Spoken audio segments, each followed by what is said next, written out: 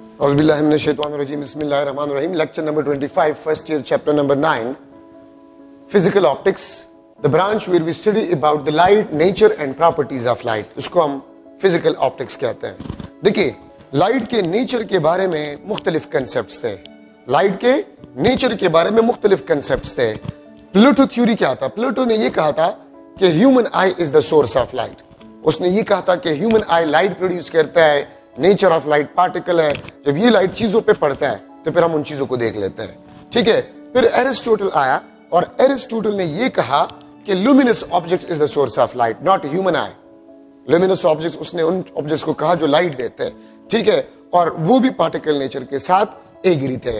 Newton corpuscular theory, Newton also agree with the particle nature of light. ठीक है. और उसने पार्टिकल को नाम दिया कार्पसल्स, इसलिए इस थ्योरी को भी हम न्यूटन कार्पस्कुलर थ्योरी कहते हैं. याद रखिए, उस जमाने में, न्यूटन के जमाने में 3 प्रॉपर्टीज थे लाइट के: रिफ्लेक्शन, रिफ्रैक्शन और स्कैटरिंग. और इन तीनों को उसने कार्पस्कुलर थ्योरी के बेस पे एक्सप्लेन किया. ठीक है. तो न्यूटन कार्पस्कुलर थ्योरी, ये भी आपके पास पार्टिकल नेचर के साथ वो भी एग्री था. ठीक है. अच्छा, फोर्थ आपके पास था द फर्स्ट वेव थ्योरी, हाइगन वेव थ्योरी. ये फर्स्ट वेव थ्योरी था about the nature of light. ठीक है. तो हाइगन वेव थ्योरी ये फर्स्ट वेव थ्योरी था, theory about nature of light, about nature of light. इसको हम हाइगन वेव थ्योरी कहते हैं, first wave theory about nature of light. ठीक है. और इसने कहा था कि लाइट का जो नेचर है, लाइट का जो नेचर है वो वेव नेचर है, जो कि हम आगे डिटेल में पढ़ेंगे इसी चैप्टर में. ठीक है. हाइगन वेव थ्योरी के बाद फिफ्थ थ्योरी था Maxwell electromagnetic wave theory. Maxwell electromagnetic wave theory. ठीक है. उसने ये कहा था कि light is composed of electric and magnetic fields.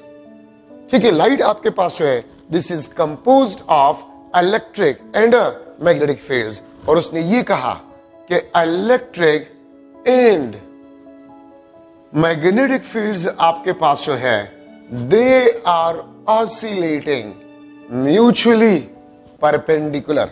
ठीक है. ये म्यूचुअली परपेंडिकुलरली ऑसिलेट करते हैं. उसने ये कहा कि इलेक्ट्रिक फील्ड और मैग्नेटिक फील्ड वेरिएशन, अगर इलेक्ट्रिक फील्ड वेरिएशन होगा तो वो मैग्नेटिक फील्ड को प्रोड्यूस करेगा, और अगर मैग्नेटिक फील्ड वेरिएशन करेगा वो इलेक्ट्रिक फील्ड को प्रोड्यूस करेगा. ठीक है. और ये एक बात और, ये Maxwell electro magnetic wave theory तो एक्सप्लेन नहीं कर रहा, एक थ्योरम है जिसको हम पॉइंटिंग थ्योरम कहते हैं. ठीक है. और सिर्फ ये बात याद रखिए एमसीक्यूज के लिहाज से कि electric field, magnetic field and direction of wave, they are always mutually perpendicular. ये हमेशा आपके पास म्यूचुअली परपेंडिकुलर होते हैं. Electric field, magnetic field and direction of a propagation of light, they are always mutually perpendicular. Sixth theory आपके पास जो है, सिक्स्थ थ्योरी, वो आपके पास प्लैंक्स रेडिएशन लॉ. ठीक है. प्लैंक्स रेडिएशन लॉ आपको ये कहता है कि light absorb and emitted in energy packets form, energy packets form known as quanta, ठीक है. तो Planck's radiation law, this agree with particle nature, ये पार्टिकल नेचर के साथ एग्री था. ठीक है. और मॉडर्न फिजिक्स में हम कहते हैं, मॉडर्न फिजिक्स में, कि लाइट आपके पास जो है, light has dual nature. Light का नेचर आपके पास जो है, इट हैज डुअल नेचर. ये वेव नेचर का भी बिहेव करता है और पार्टिकल नेचर का भी बिहेव करता है. क्यों? कुछ एक्सपेरिमेंटल एविडेंसेस के बेस पे हम कहते हैं. याद रखिए, लाइट के वेव नेचर के एक्सपेरिमेंटल एविडेंसेस हमारे पास जो है, वो interference, diffraction, polarisation, they are the strong evidence of the wave nature of light. Photoelectric effect, Compton effect और peer production, they are the strong evidence of the particle nature of light. तो particle nature के भी experimental evidences है और wave nature की भी experimental evidences है। तो इसलिए हम मॉडर्न फिजिक्स में कहते हैं कि light has dual nature. Light का नेचर आपके पास जो है वो डुअल नेचर है।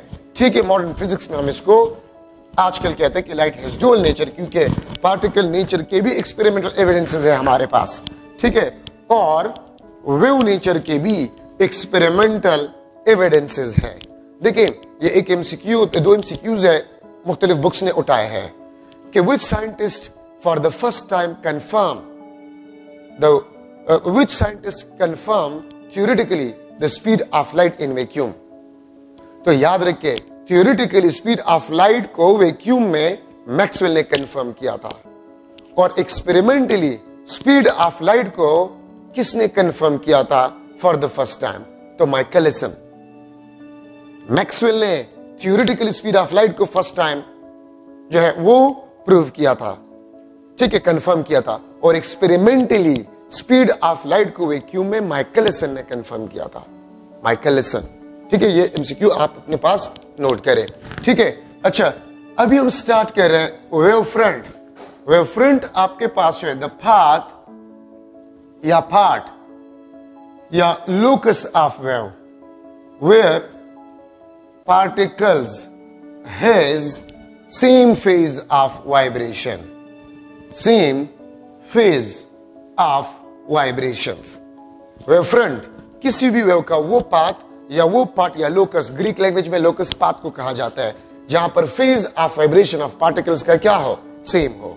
मैं स्टूडेंट्स को मिसाल लेता हूं, class front, class front, class के स्टूडेंट्स का सबका फ्रंट वो व्हाइट बोर्ड की तरफ होता है, तो वो क्लास फ्रंट कहलाता है। तो वेव फ्रंट वो पार्ट, वो पाथ या वो लोकस जहां पर पार्टिकल्स का फेज ऑफ वाइब्रेशन क्या हो? सेम हो, उसको बेसिकली हम वेव फ्रंट कहते हैं। इसको हम क्या कहते हैं? वेव फ्रंट कहते हैं। ठीक है, number first spherical wave front, second आपके पास जो है प्लेन वेव फ्रंट, थर्ड आपके पास जो है सिलेंड्रिकल वेव फ्रंट। ठीक है, स्फेरिकल वेव फ्रंट, अगर particles lie on spherical surface, ठीक है, और मैं ब्रैकेट में लिख लेता हूं इमेजिनरी, अगर पार्टिकल्स जो है वो इमेजिनरी सरफेस ऑफ स्फीयर पे लाई करें, उसको हम स्फेरिकल वेव फ्रंट कहते हैं। और ये बात याद रखिए, पॉइंट सोर्स, ये भी एमसीक्यू पॉइंट है, point source produces spherical wave front. ठीक है, प्लेन वेव फ्रंट, अगर particles lie on imaginary surface of a plane, an imaginary surface of plane, इसको हम प्लेन वेव फ्रंट कहते हैं। ठीक है, और ये बात याद रखिए, spherical wave front at far distance becomes plane wave front। spherical wave front आपके पास जो है वो far distance पे plane wave front का बिहेव करता है। ठीक है, ये आप देख सकते हैं, ये आपके पास spherical wave front है, इसका अगर इतना पार्ट आपको नजर आ रहा है तो ये आपके पास प्लेन वेव फ्रंट है। ठीक है, तो स्फेरिकल वेव फ्रंट अगर particles imaginary surface of a sphere पे लाई कर रहे हैं तो फिर वेव फ्रंट को हम स्फेरिकल वेव फ्रंट कहते हैं। प्लेन वेव फ्रंट अगर पार्टिकल किसी इमेजिनरी सरफेस पे लाई कर रहे हैं, अगर आप एक रॉड को ले, रॉड को, और आप उसको वाटर में पीरियडिकली डिप करें तो प्लेन वेव फ्रंट वो प्रोड्यूस करेगा। Spherical wave front at far distance plane wave front बन जाता है। जिस तरह आपको जमीन नजर आता है, ठीक है, प्लेन नजर आता है आपको, लेकिन जमीन स्फेरिकल का है बेसिकली।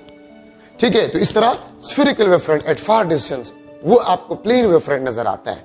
ठीक है, सिलेंड्रिकल वेव फ्रंट आप, अच्छा एक और चीज, अगर कन्वेक्स लेंस के फोकस पॉइंट पे, ठीक है, अगर कन्वेक्स लेंस के फोकस पॉइंट पे आप लाइट सोर्स को रख ले तो ये प्लेन वेव फ्रंट को प्रोड्यूस करेगा। ये plane wave front parallel beam of light, parallel beam of light, ये प्लेन वेव फ्रंट कहलाता है। ठीक है, और अगर पार्टिकल्स आपके पास जो है, particles lie on imaginary surface of cylinder, ठीक है, particles lie on imaginary surface of cylinder, इसको हम सिलेंड्रिकल वेवफ्रंट कहते हैं। किस तरह सिलेंड्रिकल वेवफ्रंट आपके पास किस तरह बनते हैं, इस चैप्टर में याद रखें, आपको स्लिट्स के बारे में आपको बहुत ज्यादा देखने को मिलेगा। स्लिट का मतलब क्या होता है, स्मॉल ओपनिंग, स्मॉल ओपनिंग, ये आपके पास स्लिट, ठीक है, दिस इज स्लिट, ये आपके पास D, opening of the slit, इस डी को हम कहते हैं this is the opening or width of slit, इसको हम ओपनिंग या विड्थ ऑफ स्लिट कहते हैं, ठीक है। और डी आपके पास है, this is comparable to the wavelength of light, D आपके पास है, this is comparable to the wavelength of light. तो स्लिट स्मॉल ओपनिंग। तो सिलेंड्रिकल वेवफ्रंट क्या होते हैं, अगर आप दो या दो से ज्यादा स्लिट से आप प्लेन वेवफ्रंट को गुजार लें तो ये आपके पास इस किस्म के वेवफ्रंट आपको देगा, और इसको बेसिकली हम कहते हैं सिलेंड्रिकल वेवफ्रंट। अगर आप एक सिंगल लाइट के प्लेन्स को दो या दो से ज्यादा स्लिट से गुजार लें तो इस तरह लग रहा है कि ये पॉइंट्स आपके पास जो है ये सिलेंडर पे लाई करते हैं। तो तीन किस्म के आपके पास वेवफ्रंट्स हैं, वो पार्ट वेव का जहां पर पार्टिकल्स का फेज ऑफ वाइब्रेशन आपके पास सेम हो, तो उसको बेसिकली हम वेवफ्रंट कहते हैं, ठीक है। रे आपके पास क्या होते हैं, रे आपके पास line which gives us direction of propagation of light. रे आपके पास जो होता है, this is always perpendicular to the plane, to the wavefront, sorry, always perpendicular to the wavefront, ठीक है। ये आप देख सकते हैं, लेट सपोज ये आपके पास वेवफ्रंट है और ये आपके पास लाइट सोर्स है, तो यहां से आप परपेंडिकुलर ड्रा करें, ये आपके पास रे कहलाता है, ठीक है। ये आपको direction of propagation of light देता है, ठीक है, और ये हमेशा वेवफ्रंट के परपेंडिकुलर होता है। या मैं इस तरह भी लिख सकता हूं, it combines same phase particles, ये सेम फेज पार्टिकल्स को कंबाइन करते या मिलाता है, ठीक है। यहां पर जो पार्टिकल होगा, यहां पर जो पार्टिकल होगा, ठीक है, इनका फेज सेम होगा, इन पार्टिकल्स का फेज सेम होगा। देखिए ये लाइन इसको मिला रही है, ये लाइन इसको मिला रहे हैं, इसको हम रे कहते हैं। और कॉम्बिनेशन ऑफ रेज उसको हम पेंसिल कहते हैं, ठीक है, रेज इसको हम क्या कहते हैं, पेंसिल कहते हैं, ठीक है। अच्छा, मोनोक्रोमेटिक लाइट,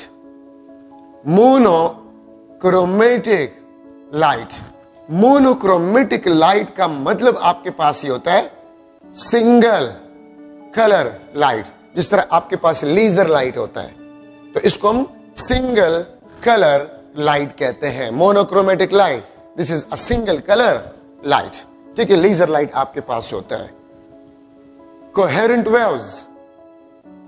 वेव्स आपके पास कौन से वेव्स होते हैं, if the phase difference is equal to constant, और फेज डिफरेंस कब कांस्टेंट होगा, F1 is equal to F2, T1 is equal to T2, ठीक है, और ओमेगा 1 आपके पास ओमेगा 2 के बराबर हो।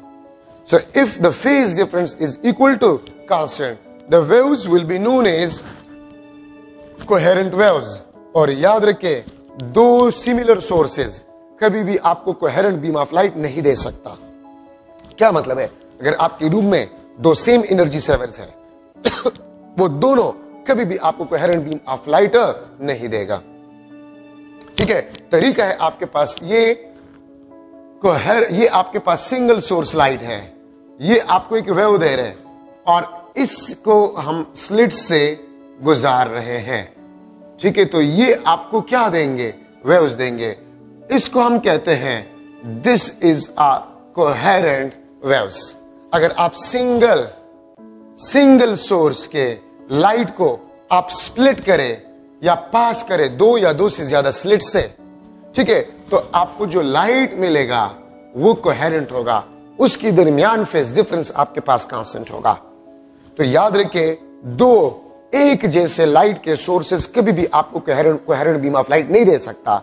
अगर सिंगल सोर्स के लाइट को आप दो या दो से ज्यादा स्लिट से गुजार ले तो वो आपको कोहेरेंट बीम ऑफ लाइट देगा, अप्रॉक्सीमेटली कोहेरेंट। ना 100% मोनोक्रोमेटिक लाइट पॉसिबल है, ना 100% कोहेरेंट पॉसिबल है, लेकिन हम ये कहते हैं nearly coherent beam of light को प्रोड्यूस करेगा। ठीक है, अच्छा, आपके पास है हाइगन wave theory. This is the first wave theory. This is the first wave theory about nature of light. ये आपके पास फर्स्ट वेव थ्योरी है about the nature of light. ठीक है, इसके two, this is based on two postulates। ठीक है, this is based on two postulates। ये दो postulates पे बेस करता है। ठीक है, ये देखिए, ये आपके पास प्राइमरी सोर्स ऑफ लाइट है। This is the primary source of light. ये आपको प्राइमरी वेव फ्रंट देता है। ये आपको क्या देता है? ये आपको प्राइमरी वेव फ्रंट देता है। ये आपके पास primary wave front. Primary wave front वो वेव फ्रंट होता है जो प्राइमरी सोर्स आपको देता है। तो हाइगन ने क्या कहा? हाइगन ने ये कहा कि there are some imaginary points on a primary wave front. उसने क्या कहा कि there are some imaginary points on a primary wave front, और वो इमेजिनरी पॉइंट्स वो इस तरह बिहेव करते हैं like a secondary sources of light. ठीक है, मैं यहां पर लिख लेता हूं। ठीक है, imaginary points on primary wave front behave is a secondary sources of light. Secondary sources of light which produces secondary wavelets. Which produces secondary wavelets. उसने क्या कहा कि यहां पर इमेजनरी पॉइंट्स होते हैं प्राइमरी वेव फ्रंट पे, और ये आपके पास इमेजनरी पॉइंट्स ये सेकेंडरी सोर्सेज का काम करते हैं जो कि सेकेंडरी वेवलेट्स प्रोड्यूस करते हैं। ये आपके पास ब्लू कलर जो मैंने ड्रा किया है ये सेकेंडरी वेवलेट्स, और ये सेकेंडरी वेवलेट्स किसने प्रोड्यूस किए? इन इमेजिनरी पॉइंट्स ने प्रोड्यूस किए। Imaginary points on the primary wave front behave is a secondary sources of light, is a secondary sources of light which produces secondary wavelets. और ये secondary wavelets आपके पास जो है, ये अगर इसके हम टेंजेंट ड्रा करें और सेम फेज वाले पार्टिकल्स हम मिला लें, ठीक है, अगर सेकेंडरी वेवलेट्स के सेम फेज वाले पार्टिकल्स हम मिला लें तो ये आपको नेक्स्ट वेव फ्रंट देगा। ये आपको क्या देगा? नेक्स्ट वेव फ्रंट देगा। ठीक है, और ये आपके पास फर्स्ट पोस्टुलेट था। ठीक है, अगर आप सेकेंडरी वेवलेट्स के सेम फेज वाले पार्टिकल्स मिला लें ये आपको नेक्स्ट वेव फ्रंट देगा। ये हाइगन ने कहा था। ठीक है, और इस नेक्स्ट वेव फ्रंट के पोजीशन को आप मालूम कर सकते हैं, इसके पोजीशन को आप मालूम कर सकते हैं by multiplying speed of light with a time, जो कि आपके पास किस चीज के बराबर है? आर के बराबर है। ठीक है, और इसको हम कहते हैं पोजीशन ऑफ वेव फ्रंट। ये आपके पास पोजीशन ऑफ वेव फ्रंट। अगर आप स्पीड ऑफ, उसने क्या कहा? By multiplying speed of wave with time, by multiplying speed of wave with time will gives us position of next wave front। अगर आप speed of wave को time के साथ मल्टीप्लाई करें वो आपको पोजीशन ऑफ वेव फ्रंट देगा। और ये आपके पास रेडियस, ये देखिए, ये आपके पास रेडियस ऑफ हेमिस्फीयर है। ये देखिए ना, ये आपके पास एक हाफ स्फीयर जैसा है, तो रेडियस ऑफ हेमिस्फीयर। तो हाइगन ने ये कहा कि रेडियस ऑफ हेमिस्फीयर आपको position of next wave front के बारे में बताएगा। तो दो पॉइंट्स थे। एक पॉइंट आपके पास ये था कि प्राइमरी वेव फ्रंट पे इमेजिनरी पॉइंट्स होंगे और वो imaginary points secondary sources of light का बिहेव करेंगे, जो कि सेकेंडरी वेवलेट्स को प्रोड्यूस करेंगे। और ये सेकेंडरी वेवलेट्स आपके पास जो है ये आगे जाकर नेक्स्ट वेवफ्रंट को बनाएगा। अगर सेकेंडरी वेवलेट्स के सेम फेज वाले पार्टिकल्स आप एक टेंजेंट के जरिए से मिला लें, एक टेंजेंट के जरिए से मिला लें, तो ये नेक्स्ट वेवफ्रंट को बनाएगा। और वो नेक्स्ट वेवफ्रंट आपके पास जो है उसकी पोजीशन को मालूम करने के लिए आप स्पीड ऑफ वेव को टाइम के साथ मल्टीप्लाई करें। आप स्पीड ऑफ वेव को टाइम के साथ मल्टीप्लाई करें, ये आपको position of next wave front देगा, जो कि रेडियस ऑफ हेमिस्फेयर है। ये हाइगन वेव थ्योरी था। और याद रखिए, हाइगन का ये फर्स्ट वेव थ्योरी था about the nature of light. उसने कहा कि लाइट जो है वो वेव फॉर्म में एक जगह से दूसरी जगह तक प्रोपगेट होगा। लेकिन हाइगन वेव थ्योरी के साथ उस जमाने के लोग एग्री नहीं हो रहे थे।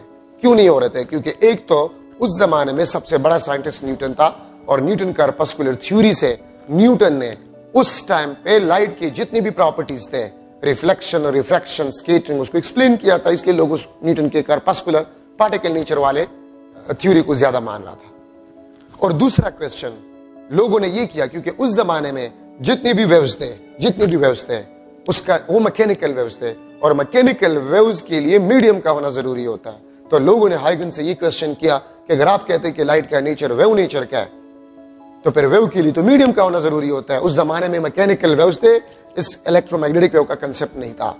तो लोगों ने उसको ये कहा कि वेव्स के लिए तो मीडियम का होना जरूरी होता है। किस तरह सूरज से जमीन तक ये वेव पहुंच जाते, क्योंकि सूरज और जमीन के दरमियान कोई मीडियम नहीं है। तो फिर हाइगन ने इसका जवाब लोगों को ये दिया कि इस यूनिवर्स में एक परपेचुअल ईथर, एक परपेचुअल मीडियम है जिसको परपेचुअल ईथर का नाम दिया गया। और हाइगन ने यह कहा कि perpetual ether is responsible for the propagation of light in this universe. लेकिन आज तक ऐसा कोई मीडियम ऑब्जर्व नहीं हुआ, ठीक है, जिसके लिए किसी मीडियम का जो कोई मीडियम हो और वो इसको प्रोपेगेट कर रहा हो। तो इसलिए वो भी आज तक एक्सपेरिमेंट ये हमें बता रहे हैं कि there is no such medium present in this universe which is responsible for the propagation of light. ठीक है, तो ये हाइगन वेव थ्योरी था about the nature of light, ठीक है, जो कि फर्स्ट वेव थ्योरी था about the nature of light. अच्छा, अब इसके बाद है Young double slit experiment. Remember, this is the first experiment which confirm wave nature of light, या Huygens wave theory। Huygens wave theory को जो है यंग डबल स्लिट एक्सपेरिमेंट ने for the first time confirm किया था। ठीक है, wave theory for the first time किसने दिया था? हाइगन ने। एक्सपेरिमेंटली किसने कंफर्म किया था? यंग डबल स्लिट एक्सपेरिमेंट से। ठीक है, यंग डबल स्लिट एक्सपेरिमेंट इसको हम क्यों कहते हैं? अगर ये आपके पास एक लाइट सोर्स है, ठीक है, हमें लाइट दे रहे हैं, उसने 2 स्लिट्स इस्तेमाल किए, उसने 2 स्लिट्स इस्तेमाल किए, ठीक है, एक लाइट वेव यहां से, दूसरा वेव यहां से, और ये यहां पर अगर मैं कह दूं यहां पर स्क्रीन है, ये आपके पास क्या है? स्क्रीन। This is screen. तो देखिए, इस पॉइंट पी पे डार्क फ्रिंज बनेगा कि ब्राइट फ्रिंज बनेगा? तो याद रखिए, जब तक आपको पार्ट डिफरेंस के बारे में पता ना हो, जब तक आपको पार्ट डिफरेंस के बारे में इल्म ना हो या फेज डिफरेंस के बारे में इल्म ना हो, हम कुछ नहीं कह सकते कि पॉइंट पी पे कंस्ट्रक्टिव इंटरफेरेंस होगा, ब्राइट फ्रिंज हम ऑब्जर्व करेंगे कि डार्क फ्रिंज हम ऑब्जर्व करेंगे। ठीक है, ये बात याद रखिए। हमने इंटरफेरेंस को पढ़ा था, यहां पर मैं लिख लेता हूं, इंटरफेरेंस को मैं लिख लेता हूं। इंटरफेरेंस आपके पास होते वही डिफिनेशन है, the effect produced due to superposition of a wave. ठीक है, the effect produced due to the superposition of a waves, वही डिफिनेशन जो हमने 8 चैप्टर में किया था। यहां पर मैं लिख रहा हूं, लाइट के लिए conditions for steady interference, condition for steady interference. तो स्टेडी इंटरफेरेंस के लिए कंडीशन आपके पास क्या है? लाइट आपके पास जो है, it must be coherent, it must be coherent and monochromatic, it must be coherent and monochromatic. Steady interference pattern का मतलब आपके पास क्या होता है? यहां पर यंग डबल स्लिट एक्सपेरिमेंट से पहले मुझे उसको करना चाहिए था, लेकिन मुझसे भूल गया, तो इसलिए मैं यहां पर करवा रहा हूं। इसके बाद फिर वापस आते हैं यंग डबल स्लिट एक्सपेरिमेंट की तरफ। ठीक है, इंटरफेरेंस को पढ़ते उसके बाद फिर यहां पर वापस आते हैं जो मैंने बात की पार्ट डिफरेंस का। ठीक है, देखिए स्टेडी इंटरफेरेंस का मतलब आपके पास क्या होता है?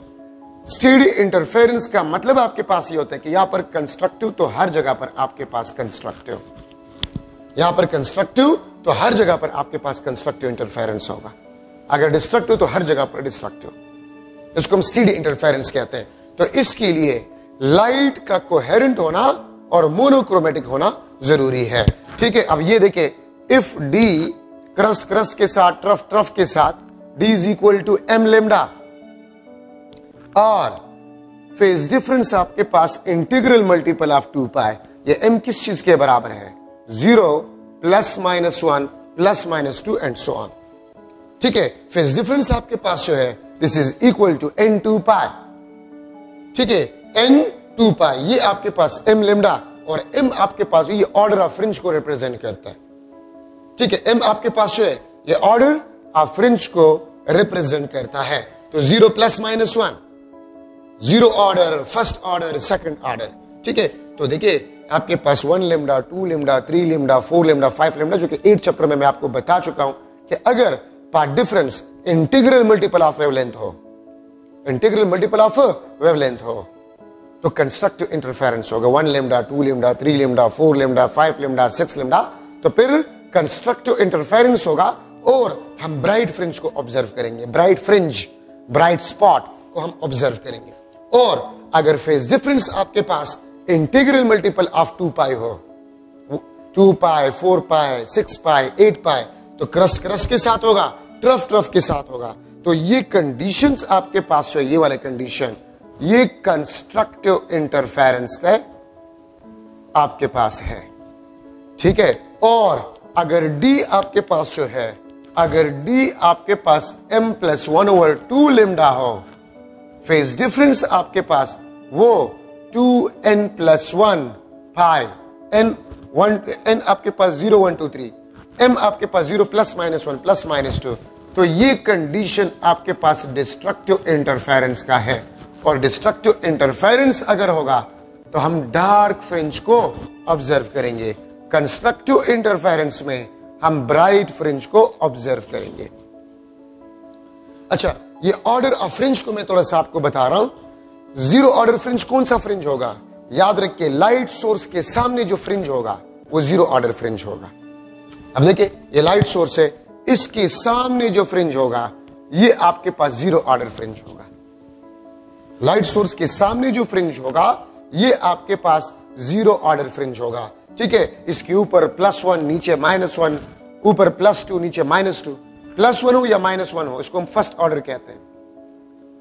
+2 हो, -2 हो, इसको हम सेकंड ऑर्डर कहते हैं। ये 0 ऑर्डर, ये +-1 फर्स्ट ऑर्डर, ये सेकंड ऑर्डर। अगर इस तरह फ्रिंजेस आपके पास बनते हैं, लेट सपोज ये 0 ऑर्डर, ये आपके पास फर्स्ट ऑर्डर, ये भी आपके पास फर्स्ट ऑर्डर, ये आपके पास +2, ये आपके पास -2, ये भी सेकंड ऑर्डर, ये भी सेकंड ऑर्डर।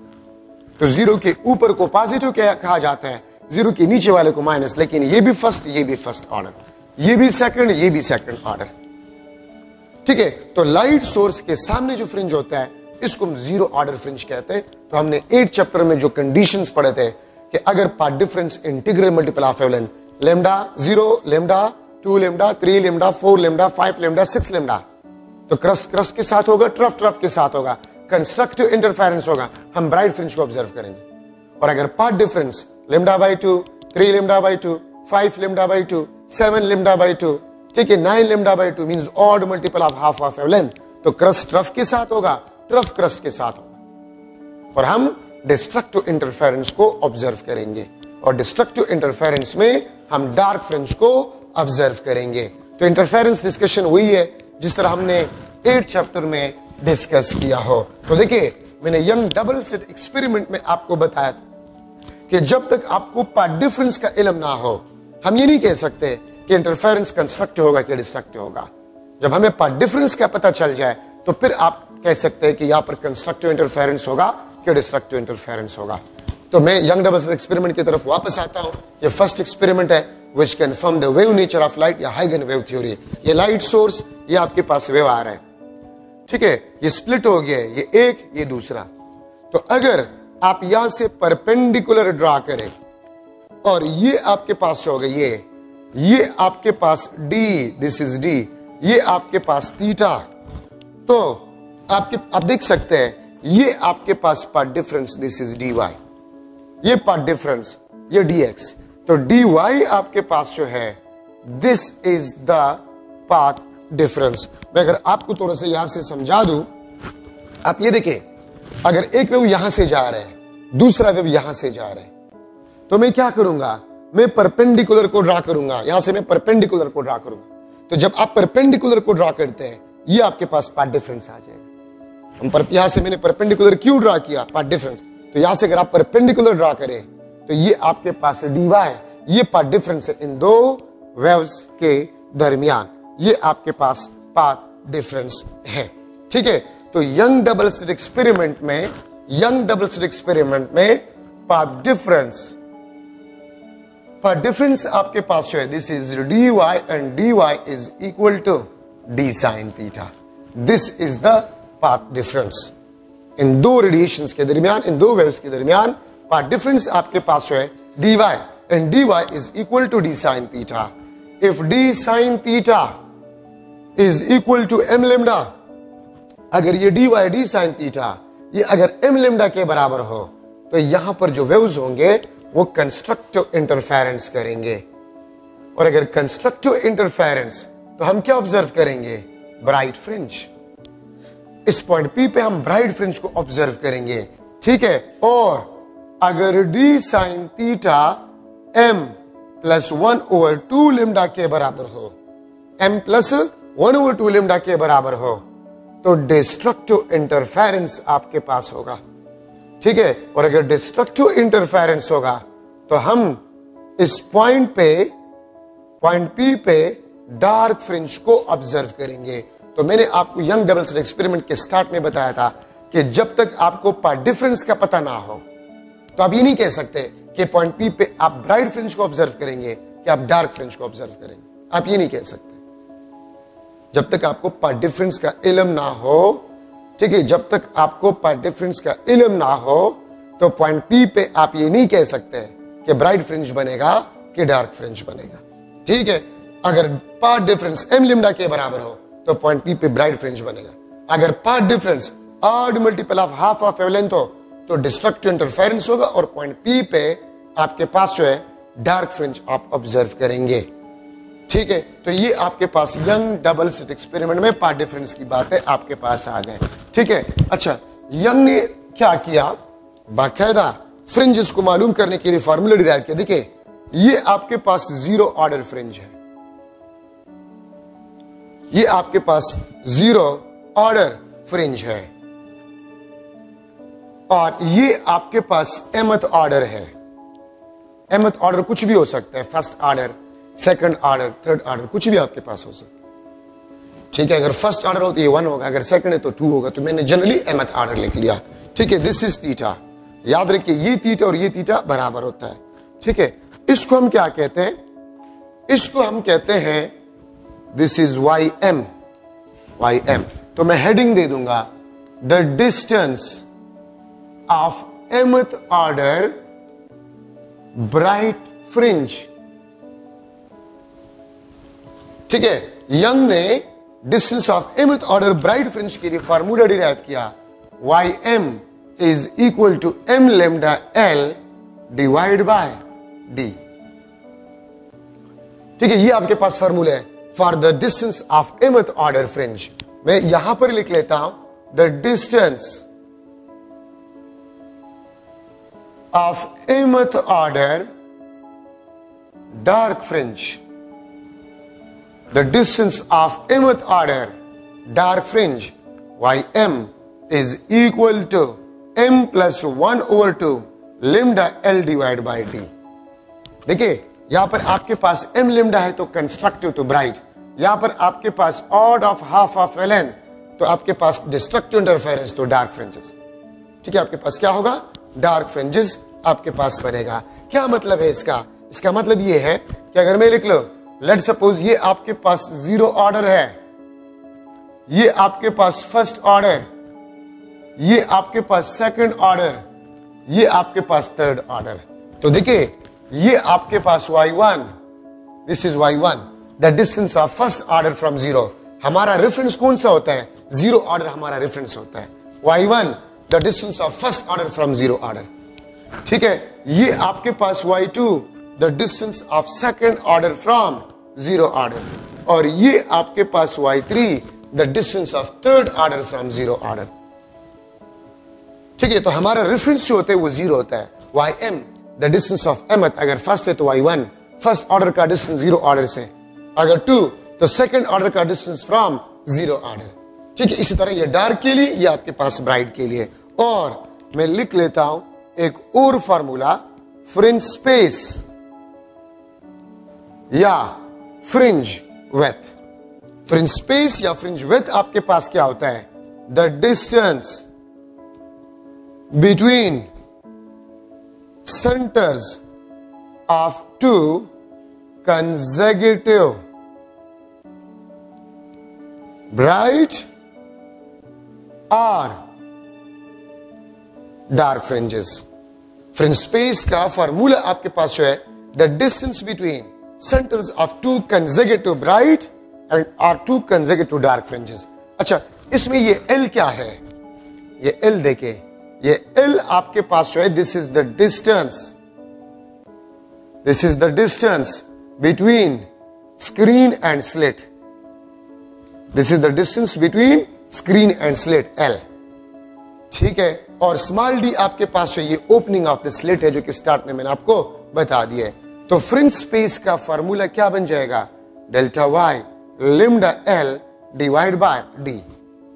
या distance of mth order bright fringe या distance of mth order dark fringe, ये आपके पास फ्रिंज स्पेस या fringe width.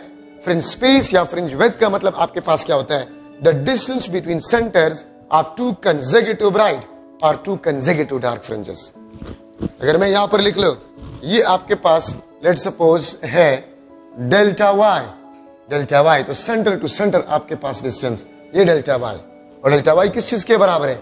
y2 minus y1 के बराबर होगा। ठीक है, तो क्योंकि मैंने जो फ्रिंज स्पेस है वो फर्स्ट और सेकंड के सेंटर्स के दरमियान डिस्टेंस भी है, तो y2 माइनस y1। अगर सेकंड और थर्ड के सेंटर्स के दरमियान डिस्टेंस हो तो y3 माइनस y2।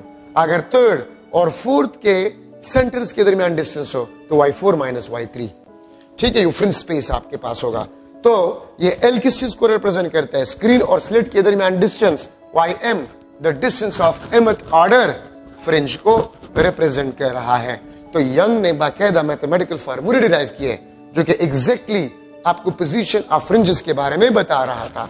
ठीक है, यहां से आप देख सकते हैं ym is directly proportional to m। Order of fringe किस तरह? ये देखिए ना, यहां से y3 y2 से ज्यादा है, y2 y1 से ज्यादा है, y3 is greater than y2 and y2 is greater than y1। ठीक है, ym आपके पास जो है, this is directly proportional to lambda wavelength of light. ym आपके पास जो है, this is directly proportional to L। ym आपके पास जो है, this is inversely proportional to D। अब देखिए ym इज यहां पर फ्रिंज स्पेस को आप देख सकते हैं, फ्रिंज स्पेस वेवलेंथ के डायरेक्टली प्रोपोर्शनल है। फ्रिंज स्पेस आपके पास जो है वो डिस्टेंस बिटवीन स्क्रीन और स्लिट के डायरेक्टली प्रोपोर्शनल है। ठीक है, और डेल्टा y आपके पास जो है, this is inversely proportional to D, opening of the slit या विड्थ ऑफ द स्लिट के इनवर्सली प्रोपोर्शनल है। ठीक है, तो इसका मतलब आपके पास क्या है? देखिए इसमें fringe space, distance of mth order fringe, दोनों को मैं साथ में, ym is directly proportional to m। जिस तरह मैंने आपको बताया कि y3 y2 से ज्यादा है, y2 y1 से ज्यादा है, y4 y3 से ज्यादा होगा, y5 y4 से ज्यादा होगा। ठीक है, तो ym is directly proportional to m, इसको समझना आसान है। ठीक है, ym is directly proportional to lambda या delta Y is directly proportional to lambda. याद रखें, अगर आप वेवलेंथ को बढ़ा रहे हैं फ्रिंज विड्थ या फ्रिंज स्पेस के मुकाबले में, आप वेवलेंथ को बढ़ा रहे हैं, तो अगर आप वेवलेंथ को बढ़ा रहे हैं तो जब स्मॉल ओपनिंग से ये निकलेगा तो ज्यादा स्प्लिट होगा, ज्यादा आपके पास क्या होगा, स्प्लिट होगा। ठीक है, ज्यादा आपके पास क्या होगा, स्प्लिट होगा। तो अगर ज्यादा स्प्लिट होगा तो फ्रिंज स्पेस ज्यादा होगा, दूर जाएंगे फ्रिंजेस, तो डिस्टेंस ऑफ mth ऑर्डर भी आपके पास बढ़ेगा और फ्रिंज स्पेस भी बढ़ेगा। मैं फिर रिपीट कर रहा हूं, अगर आप वेवलेंथ को बढ़ाते हैं, वेवलेंथ को बढ़ाते हैं, बाकी ओपनिंग ऑफ स्लिट कांस्टेंट है, तो अगर मैं वेवलेंथ को बढ़ाता हूं और space opening of slit constant है, तो जब वेवलेंथ उससे निकलेगा तो ज्यादा स्प्लिट होगा लाइट, और अगर ज्यादा स्प्लिट होगा तो फ्रिंज स्पेस भी ज्यादा होगा, distance of mth order fringe भी बढ़ेगा। अगर मैं ब्लू लाइट को रेड लाइट से रिप्लेस करूं, अगर मैं ब्लू लाइट को रेड लाइट से रिप्लेस करूं, तो फ्रिंज स्पेस आपके पास जो होगा वो बढ़ेगा, distance of mth order fringe बढ़ेगा, क्योंकि रेड लाइट का वेवलेंथ ब्लू से ज्यादा है। और अगर आप रेड को ब्लू से रिप्लेस करें तो ब्लू का वेवलेंथ कम है, तो फ्रिंज स्पेस कम हो जाएगा, distance of mth order fringe आपके पास कम हो जाएगा। ठीक है, तो delta Y is directly proportional to lambda, Y M आपके पास जो है this is directly proportional to lambda. तो वेवलेंथ से, वेवलेंथ पे भी डिपेंड करता है। अगर आप एल को देखें तो एल आपके पास the distance between screen and a slit. अब अगर आप स्क्रीन को यहां पर रख ले, अगर स्क्रीन को आप यहां पर रख ले तो एक फ्रिंज आपके पास यहां पर बनेगा, दूसरा फ्रिंज यहां पर बनेगा, ये L1। और अगर आप स्क्रीन को यहां पर रख ले, ये आपके पास L2, तो एक फ्रिंज यहां पर बनेगा, दूसरा फ्रिंज यहां पर बनेगा। तो देखिए ये आपके पास Y1, ये Y2। Y1 अगर मैं इसको लिख लूं YX, इसको मैं लिख लूंगा Y, बल्कि फ्रिंज स्पेस में लिख लूंगा डेल्टा Y1, इसको मैं लिख लूंगा डेल्टा Y2। तो देखिए आप स्क्रीन को यहां पर रख रहे हैं तो फ्रिंजेस यहां पर बनेंगे, स्क्रीन आप यहां पर रख रहे हैं तो फ्रिंजेस यहां पर बनेंगे। क्यों? आपके पास ये लाइट जो है वो पैरेलल नहीं होते, वो स्प्लिट हो जाते थ्रू सम एंगल थीटा। तो इसलिए आप स्क्रीन को दूर ले जा रहे हैं तो फ्रिंज स्पेस बढ़ेगा। तो delta Y is directly proportional to L, Y M is directly proportional to L. और देखिए delta Y is inversely proportional to D. अगर आप स्पेस को कम कर रहे हैं, वेवलेंथ को कांस्टेंट आप रख रहे हैं, तो आप स्पेस को कम कर रहे हैं, लेकिन वेवलेंथ को तो आपने कांस्टेंट रखा। तो जब वेवलेंथ आप इससे पास होगा, स्पेस को आप कम करें तो रिलेटिवली वेवलेंथ बढ़ेगा, मतलब वेवलेंथ उसके मुकाबले में बढ़ेगा। मतलब मेरे कहने का ये मार्कर आप ले लें, मार्कर इसका लेंथ तो कांस्टेंट है, स्पेस इतना है, तो ये मार्कर इससे गुजर रहा था, ये मार्कर इससे गुजर रहा था। अगर मैं स्पेस को कम करूं तो आप देख सकते हैं वेवलेंथ या इसका जो लेंथ होगा रिलेटिवली इससे बढ़ जाता है। ठीक है, तो इसको मुझे इस तरह करना होगा, बेंड करना होगा, फिर जाकर ये से निकलेगा। तो इसी तरह अगर आप स्पेस को कम कर रहे हैं, वेवलेंथ तो वही है, तो जब वेवलेंथ इससे गुजरेगा तो स्प्लिट, मोर स्प्लिट, और अगर मोर स्प्लिट होगा तो डेल्टा वाई फ्रिंज स्पेस बढ़ेगा, डिस्टेंस ऑफ mth ऑर्डर बढ़ेगा। आप स्लिट ओपनिंग को कम कर रहे हैं तो लाइट ज्यादा स्प्लिट होगा, स्प्लिट ज्यादा होगा तो दूर दूर जाएंगे फ्रिंजेस एक दूसरे से। Delta Y is inversely proportional to D. इसमें इस किस्म के क्वेश्चंस आपके पास आते हैं कि मैं स्क्रीन और स्लिट के दरमियान डिस्टेंस को डबल कर जाऊं और स्लिट ओपनिंग को हाफ कर जाऊं, एल को मैं डबल कर जाऊं, स्लिट को मैं हाफ कर जाऊं, तो 4 फ्रिंज स्पेस आपके पास 4 टाइम बढ़ जाए। अगर मैं डिस्टेंस बिटवीन स्क्रीन और स्लिट को डबल कर जाऊं, मीन एल को डबल कर जाऊं, और फ्रिंज स्पेस या फ्रिंज विड्थ को भी डबल कर जाऊं, तो फ्रिंज स्पेस आपके पास रिमेन सेम, फ्रिंज स्पेस आपके पास सेम रहेगा। इस तरह भी मैं आपको कह सकता हूं, अगर मैं यंग डबल स्लिट एक्सपेरिमेंट के अरेंजमेंट को वाटर में ले जाऊं, what will happen to the fringe space? तो अगर आप वाटर में ले जाए तो वेवलेंथ डिक्रीज होता है।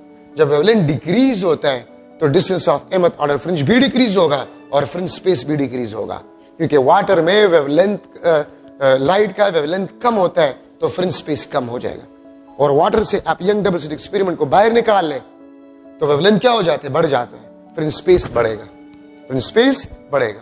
अगर आपसे इस तरह क्वेश्चन किया जाए, देखिए एक तो ये फार्मूले जरूरी है, L distance between screen slit and slit, D is the opening of the slit. इसमें आपके पास क्वेश्चंस आते हैं। अगर मैं यंग डबल स्लिट एक्सपेरिमेंट में व्हाइट लाइट को इस्तेमाल करूं, व्हाइट लाइट को, हम क्या ऑब्जर्व करेंगे?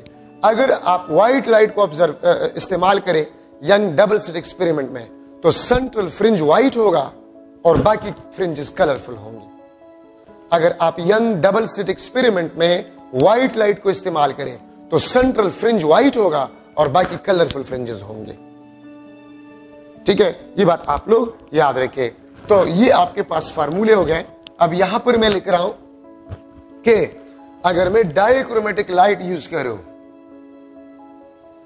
डाइक्रोमेटिक light, red blue, red blue, ठीक है, अगर मैं डाइक्रोमेटिक लाइट का इस्तेमाल करूं विच इज रेड ब्लू, ठीक है, तो आपको पता है कि रेड का जो वेवलेंथ है वो ब्लू से ज्यादा होता है।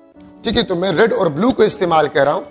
जीरो ऑर्डर आपके पास होगा, ब्लू और रेड का जीरो ऑर्डर एक दूसरे पे ओवरलैप करेगा। ये रेड है, ये ब्लू, +1, ठीक है, ये भी आपके पास +1, सही है, ये आपके पास +2, ये भी आपके पास +2। तो देखिए अगर मैं एमसीक्यू में लिख लो कि a dichromatic red blue light is used in Young double slit experiment, then the second order red fringe will be dash the second order blue fringe। तो याद रखिए second order red fringe blue के second order के ऊपर बनेगा और blue second order वो red के नीचे है। देखिए ब्लू फ्रिंजेस वो रेड के नीचे बनेंगे और रेड फ्रिंजेस ब्लू के ऊपर बनेंगे। क्यों? क्योंकि रेड का वेवलेंथ ज्यादा है, तो y for red will be greater than delta y for blue. Fringe space for red will be greater than the fringe space for blue.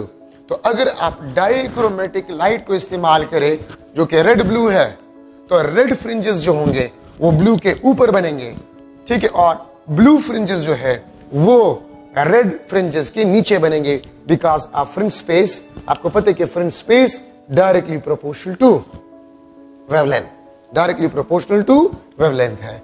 अच्छा, इस किस्म के एमसीक्यूज अगर आप बुक में देखें तो बुक में भी आपके पास इस किस्म के एमसीक्यूज है।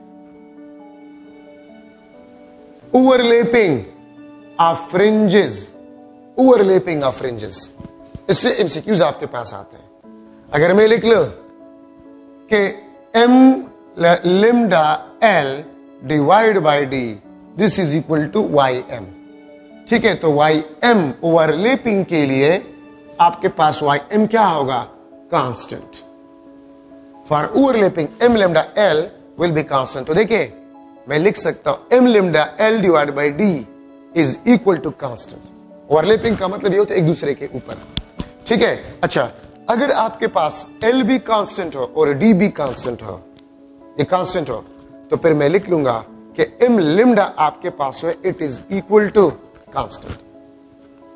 m lambda is equal to constant, और यहां से मैं लिख सकता हूं कि वेवलेंथ आपके पास होगा ये ऑर्डर ऑफ फ्रिंज के इनवर्सली प्रोपोर्शनल होगा। λ1 divide by λ2 will be equal to m2 divide by m1, ठीक है। और ये याद रखे, ये आपके पास ओवरलैपिंग ऑफ फ्रिंजेस, ठीक है, ओवरलैपिंग ऑफ फ्रिंजेस के लिए हम इस्तेमाल करते हैं, ठीक है। ये बात आप लोग याद रखें। तो ओवरलैपिंग ऑफ फ्रिंजेस के लिए अगर हम इस्तेमाल करते हैं तो देखिए अगर मैं लिख लो कि लेट, मैं एक एमसीक्यू चले बना लेता हूं, second order fringe of light λ1 overlap with third order fringe of λ2, then what will be the ratio of λ1 and λ2? λ1 और λ2 का रेशियो आपके पास क्या होगा? 2:3, 3:2, 1:1, और डी ऑप्शन आपके पास 6:4 या 6:2 में लिख लेता। तो आंसर आपके पास क्या होगा? तो देखिए सेकंड ऑर्डर λ1, तो λ1 डिवाइड बाय λ2। λ1 का कौन सा ऑर्डर है? सेकंड, तो 2 नीचे आ जाएगा। λ2 का कौन सा है? थर्ड, तो 3 divide by 2। This is the answer. अगर मैं आपको ये कह दूं if λ2 is equal to 4.0 multiply by 10⁻⁷ metre, तो λ1 क्या होगा? तो देखिए अगर आपको λ2 दिया गया है और λ1 आपसे मांगा गया है इसी क्वेश्चन में, तो आप इसमें पुट करें, आप lambda 1 को मालूम कर सकते हैं। ठीक है, आप lambda 1 को मालूम कर सकते हैं। तो अगर आपके पास ऑर्डर ऑफ फ्रिंजेस ओवरलैप हो जाए तो उसके लिए lambda m के इनवर्सली प्रोपोर्शनल, अगर आपको कह दिया जाए ओवरलैप तो lambda is inversely proportional to the order of fringe. ठीक है, तो lambda 1 का कौन सा ऑर्डर था? सेकंड, वो नीचे आ जाएगा। lambda 2 का थर्ड, वो ऊपर चला जाएगा। ठीक है, 3:2। अगर इन दो वेवलेंथ्स में एक वेवलेंथ गिवन हो और दूसरा आपसे मांगा गया हो तो वो भी आप मालूम कर सकते हैं। अब देखिए, अगर आप इसमें पुट करें तो lambda 1 मेरे पास आ जाएगा 2.0 मल्टीप्लाई बाय 10⁻⁻7 मीटर। ये आपके पास आंसर होगा। ठीक है, तो ओवरलैपिंग ऑफ फ्रिंजेस में आपने ये डिस्कशन करना होगा। इंशाल्लाह नेक्स्ट लेक्चर में thin films, Michelson interferometer, diffraction, single slit diffraction, diffraction grating, X-rays diffraction, polarisation, next lecture में मैं आपका 9th चैप्टर इंशाल्लाह खत्म करूंगा। ठीक है, थैंक यू सो मच।